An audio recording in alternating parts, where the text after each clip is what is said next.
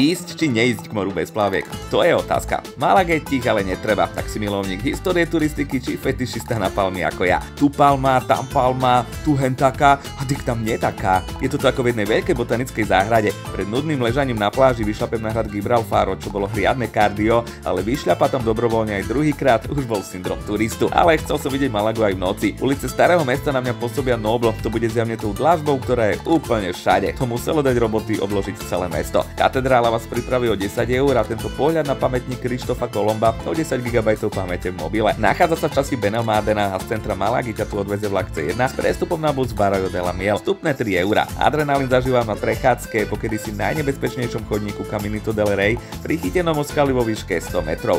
Celý listok už od 10 €, no ja som šiel cez Get Your Guide, nakoľko dostať sa sem verejnou dopravou je komplikovanejšie na zosúladenie časov so vstupom. Viac info v popise videa. Sledujte.